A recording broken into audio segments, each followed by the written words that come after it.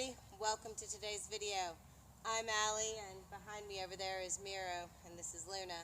And this is something that happens to way too many people. It's colic. And that means that the horse's digestive system is only set to go one way. And if they eat anything, there's a lot of different reasons. There's impactions and then there's actual gas. There's lots of different things that can go wrong. And this was my first experience with Miro that I noticed something was wrong. And what I didn't know at the time is he had gotten into my garden and had helped himself to some green tomatoes. And about 2 hours later, when we were doing our exercise, he started to want to roll down and was showing obvious signs of distress. All right, this is an extremely scary situation. I've never had this happen really quite this bad before. Miro just started laying down in the middle of groundwork, getting really agitated. And now he's laid down and he won't get back up. All right, so this is his condition. He's not feeling very well at all. The vet recommended 10 cc's of Banomine and giving that orally. So that will help relax him, especially if it is colic. And we are going to get him loaded up into the trailer and take him to the vet. All right, oh, poor baby. All right, come on. All right, come on, baby. All right, we're gonna give this to you. Ready? And shove in, shove in, shove in. There we go.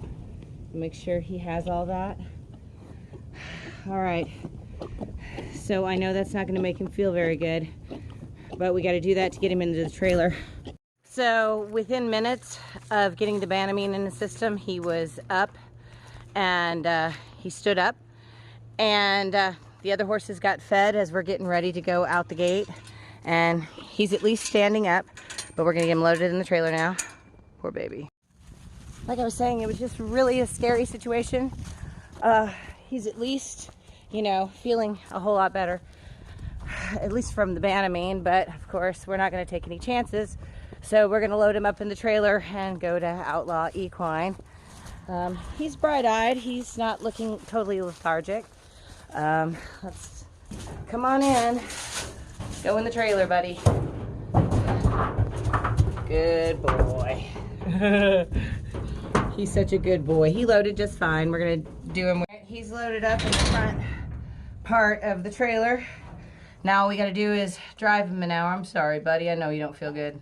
All right, I managed to get into Equine Vet right before it got too dark. Gotta go check it.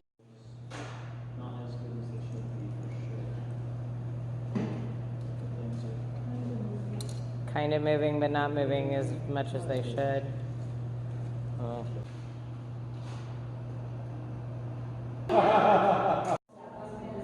Unfortunately, this is the palpation part where it's not exactly fun.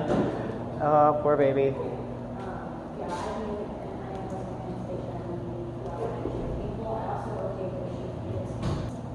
Yeah. This is not exactly the fun part for anybody. Poor baby. So as soon as I go in, I'm not, halfway down my arm, just past my wrist, and there's a big hole in me in the pelvic canal. A lot of gas. I can't say truthfully at the moment if he's twisted or not, but very gassed up. Okay.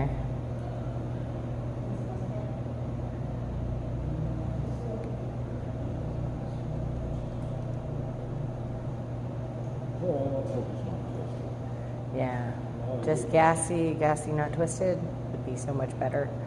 Poor baby.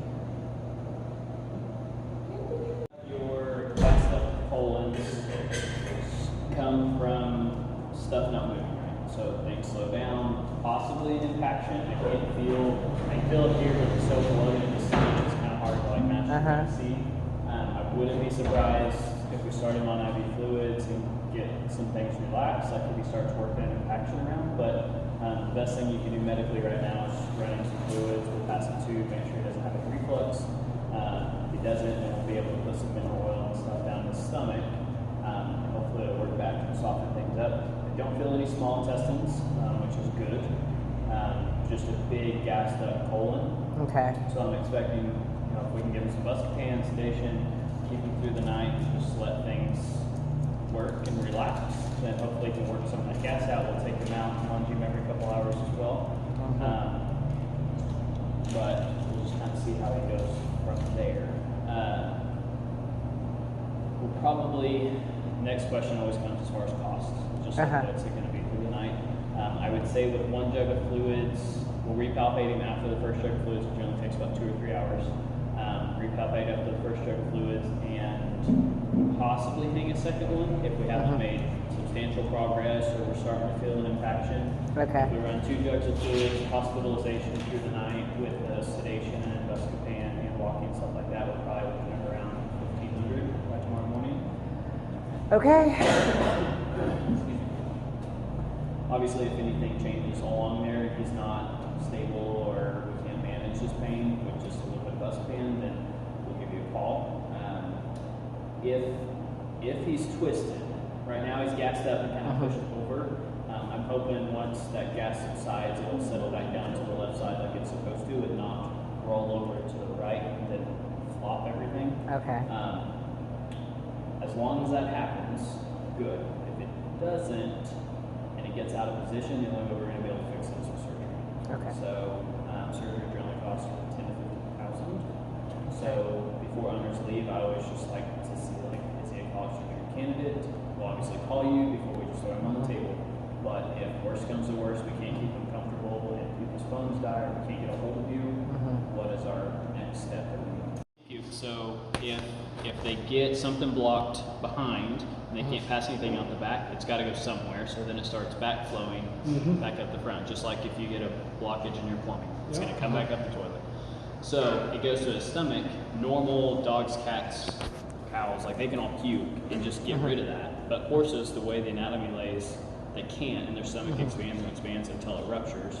And then if they get any bacteria, an ounce of bacteria in their abdomen, they get peritonitis and they crash and burn and die. Like, it's not good. Yeah. So we pass a tube, just one, to relieve any reflux if it's truly there. But 2, we can go through and lavage out any stomach contents that he may have gotten. Like I said, he got into the garden, so maybe he's got something there that's irritating him as well. We can lavage that out so it doesn't just get passed through the rest of the system. Okay. And then from there, if he doesn't have any reflux, we'll put water, mineral oil, Epsom salt, Pepto. We've got pretty much everything. So maybe a tube, but we'll do that. That will assess. Like if we pass a tube and he's got a bunch of reflux, we can't put anything in there because it's already not coming or not going past the stomach. So, okay. Yeah. Okay. All right. Because it has to go in vertically. Unlike dogs and cats, it goes in the arm, so you can tape it in. But for horses, it goes in the neck, so we have to suture it in so that way it stays, especially because they put their head up and down and they scratch on things. So. All right. That's the drip there.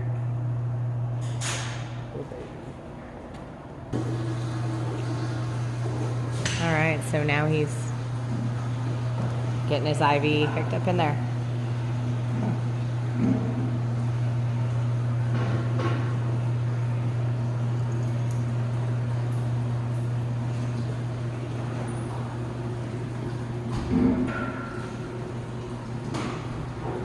Yeah, poor baby. He's starting to droop.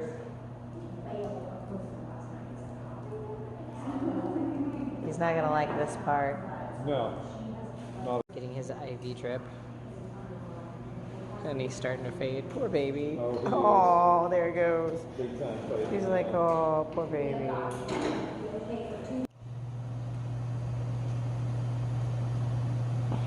Yeah, that's the tube.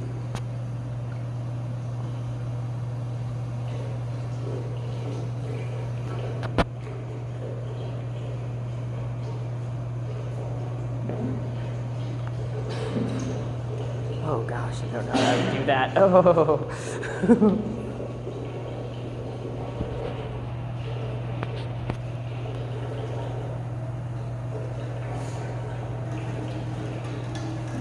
Ew.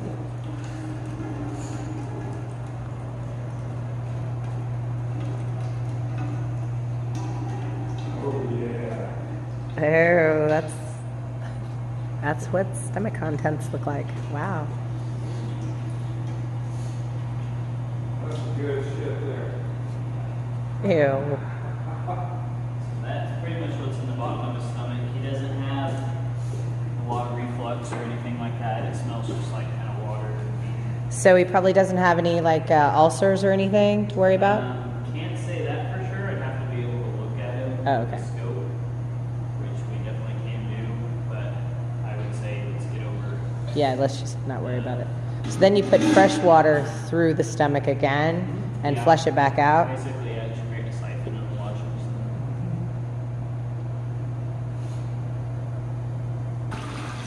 And so now it's just siphoning back out again.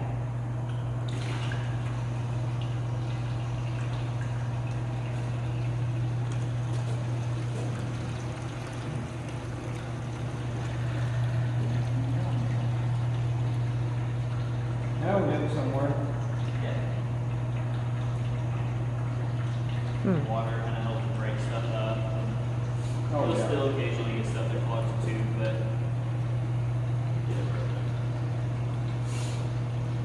we broke some stuff up. So that is cleaning it out a whole lot. Yeah, it's cleaning it out. What I'm kind of wondering now is maybe was there more on the stomach than we thought initially? Is he refluxing? Is he not? It didn't smell like reflux. Typically, reflux will have pretty bad odor and be really oily. Mm-hmm. This could have been. I mean, I have two colics when they first come in. It's just a bunch of water. Drink a bunch of water with them.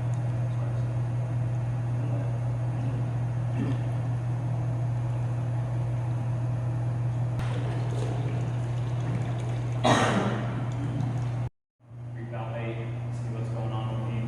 Hopefully, we're making progress and at least moving the cast around. Uh-huh. And that he's staying comfortable. Probably be on just some like a light sedation just to take the edge off things and a Okay. little bit of intestinal relaxants through the night just to let that gas kind of do its thing, and then we'll take him out and jog him every couple hours just to shake things around, and if anything changes in between now and then, we'll give you a call. Okay, sounds good. All right, so now the worst part is I have to go home and wait through the night, make sure everything's going to be okay. The vet will call me. We're hoping we won't, we can't really do surgery at this point. We don't really, that's not really an option for us. It's a little cost prohibitive. So they will let us know what's going on. Thanks. All right, it's the next day. He's bright and happy. He made it through the night. He got flushed several more times. He's like pooping normally now. So it's time for him to go home.